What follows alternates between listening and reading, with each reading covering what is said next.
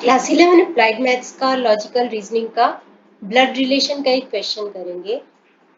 In a family there are 7 members P Q R S T U we.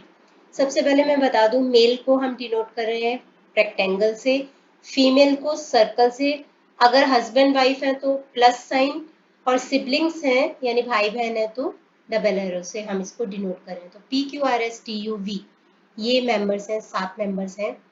P is the head of family. P the head of the family is a lawyer. P एक lawyer है लेकिन head of the family है, तो हम यहाँ पे लिखे lawyer। मैं शॉर्ट में लिख रही हूँ क्योंकि जगह कम पड़ जाएगी। अब P का जेंडर नहीं पता तो ना तो मैं रेक्टेंगल लगा रही हूँ ना ही मैं सर्कल लगा रही हूँ।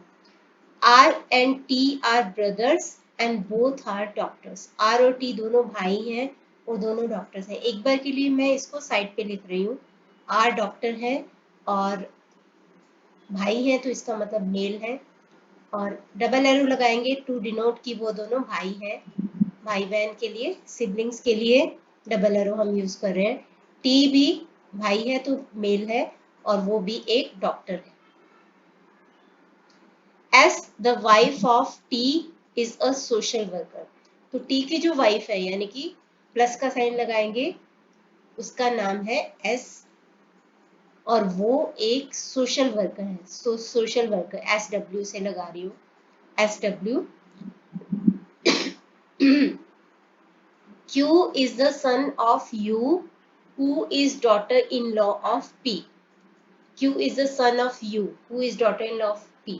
तो जो P का जो भी बेटा है उसकी वाइफ है, यानी कि उसकी डॉटर इन लॉ है तो उसके बेटे की वाइफ है, यानी कि यहाँ पे प्लस लगा के ये बन गया मेरा Q is the son of U who is daughter-in-law of P. तो U का बेटा है Q, U का बेटा है Q। तो U P की डॉटर इन लॉ है तो यहाँ पे प्लस का साइन दिखाया, और यहाँ पे हमें नहीं पता कि उनका बेटा कौन है तो इसीलिए यहाँ पे खाली छोड़ दिया, और U का बेटा है Q। Who is V is cousin sister of Q. V is cousin sister of Q. तो Q की cousin sister है यानी कि उसके पापा की, ये जो भी है उनके पापा, यहाँ पे उनका या तो भाई होगा या तो बहन होगी, उसकी बेटी होगी V क्योंकि सिस्टर है। तो उनका ये क्वेश्चन मार्क का जो भी भाई या बहन होगा, तो यहाँ पे मैं क्वेश्चन मार्क ही लगा रही हूँ, उनकी बेटी है V क्योंकि V is the cousin sister of Q, ऐसे लिखा है। तो Q की कजन सिस्टर उसके पापा के भाई या बहन की बेटी है। If there are 2 married couples and a female teacher who is married in the family. इस फैमिली के अंदर 2 मैरिड कपल है, जहाँ पे हमें दिख रहा है ये एक मैरिड कपल है U प्लस डैश, और ये एक मैरिड कपल है T एंड S। तो T एंड S ये एक मैरिड कपल है और U एंड ये, तो इसका मतलब यहाँ पे आएगा R, ठीक है, R आएगा। तो R एक डॉक्टर है जिनकी मैरिज U से हो गई है, तो यहाँ पे हम लिख देंगे R और लिख देंगे डॉक्टर, और उनका भाई जो होगा वो होगा T। तो मैं इस T को यहाँ पे लेके आ रही हूँ अभी, T जो कि एक डॉक्टर है और उनकी वाइफ है S जो कि एक सोशल वर्कर है।